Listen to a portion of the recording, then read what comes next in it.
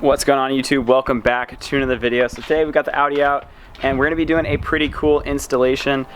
So this is something that I haven't had for a while and it's about time that I get this part, but it is a Ethanol Content Analyzer. So I had to piece this whole thing together. It's not a one-piece kit that you can order online.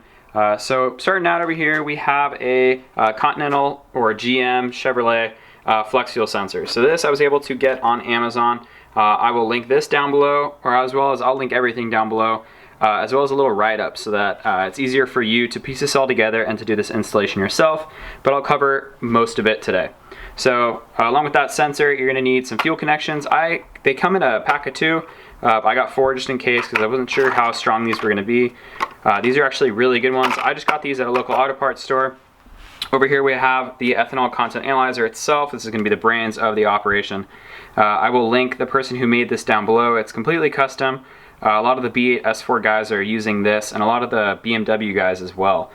So I will link him down below. I believe this cost around $85 or $90 shipped. So pretty good deal on that. This was like $5. This was like, I think it was like 60 or 70. And then we have just some extended wiring that Straight Shot is his name, he provided as well, and this was all $85.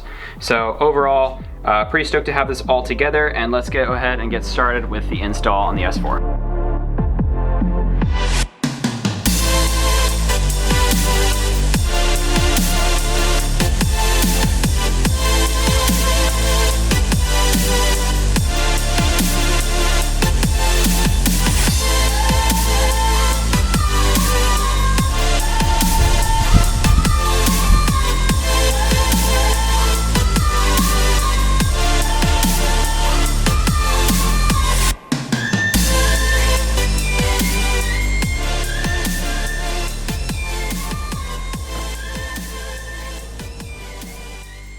So one thing that I'm really stoked with when just starting my first installation messing with this fuel system is after replacing with the ECS relocation kit, it's so much easier to remove these fuel lines rather than these stock connectors. And this hose is much more flexible and it's a lot easier to move around and kind of work with. So I've got everything pretty much lined up for the sensor to go into place. Basically just cut the line here and then I put both the connectors on one on each side with a nice hose clamp, and basically reattached everything, put the sensor in, and then hooked up this connector just to make sure it wasn't gonna rub anywhere like on the valve cover or anything like that. So once I've got that all set up, I took the sensor back out and now I'm gonna basically route this entire line up to my gauge. And the most efficient way I found to route the wire is gonna be following up underneath the inlet tube, right, intake tube, between the fuel lines so that it does not contact the heater core hose or metal hose right there that gets kind of hot. Run it back, run it through this grommet, run it under here, underneath that battery connection, underneath the brake booster and the reservoir, all the way underneath, and tap into this grommet right here. Be very careful, a ton of wires right there, and this leads to the ECU. So I popped the ECU out. There's some very simple little clips on the passenger and the driver's side, and just kind of separate them, and then the whole thing comes out. It lets you move this out of the way.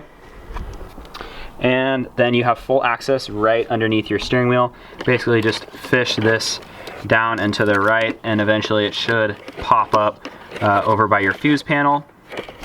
And then you'll be able to locate your wire in here. If you can't find it, you can remove this panel right here. Pretty simple, just we got a screw here and then there's 2 more underneath, and then it'll let you kind of get your arm up in there and check it out a little bit better. So everything is tucked away nicely. To kind of explain how everything worked, and the Ethanol Content Analyzer plugged into that wire that we had routed through the kind of the faux firewall area underneath the glove box, just plugs right in, no problem. Off that you're gonna have a signal wire, a power, and a ground. So the ground attached up here to this steel frame piece up here, and put like a little connection on it so that I could use this existing screw or nut. And then the power, I went to HomeLink, so that was a 5 amp fuse. Seemed appropriate and it's always active, so decided to plug into that one. And then basically just tucked everything nicely, put it all back in the glove box, and now I'm ready, or back into the fuse box area, and now I'm ready to put everything back together and finish up front. So now I have everything buttoned up, kind of, everything's running, car's running. I got the P3 gauge to read correctly and read the right analog. So as I was talking about, the signal wire that comes off the Ethanol Content Analyzer, some of the older variations of the ECA were green for the signal wire. Mine was white, so I plugged mine into the brown, which is going to be analog 1 on the P3 multi-gauge.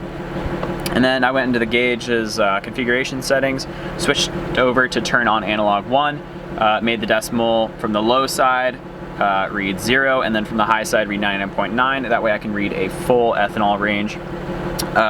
Plugged all that in, restarted it, letting the car out of here, and this is what ethanol percentage we're getting right now. So we're getting between 45 and 46. It's kind of ranging quite a bit. Not sure why. Hopefully things will mellow out as the car idles for a little bit longer, just because it was sitting. But basically analog 1, and you can see 45, 46. So that means we are 45% ethanol. So car is running a little rich. I need to bring that down to like 40s. So better to be higher than lower for sure, but definitely a little too high. So I'm gonna go to the gas station, fill this car up completely full, and try to get this to see if I can work it, drive the car around a little bit. But that's gonna be pretty much it. So I will take you guys for a little walk around and just go over the whole process one more time, just so it's completely easy for you to understand. So we will start from step 1 over here. So after completely killing a fuel system, go ahead and plug in your GM or your Continental flex fuel sensor with your hose connections, everything. Go ahead and plug in your wire, go ahead and route it wherever you would like, routing it all the way through, bringing it down to your fuse box. Once you have it into your fuse box, then you can go ahead and tap power, ground, and then that signal wire to your gauge, whatever that may be. That's pretty much it. Set your configurations for your gauge and let it do its work. So pretty straightforward installation, straightforward part, but definitely something that you should have if you're going to be running any sort of mixed ethanol tune, and if it's not flex fuel. So this definitely helps you keep an eye on your ethanol content. Just make sure you're running within safe parameters when you're driving your car around. So that's going to be it for today's video. I hope you guys enjoyed. Thank you all for watching, and again, I will see you all in the next one. Peace out.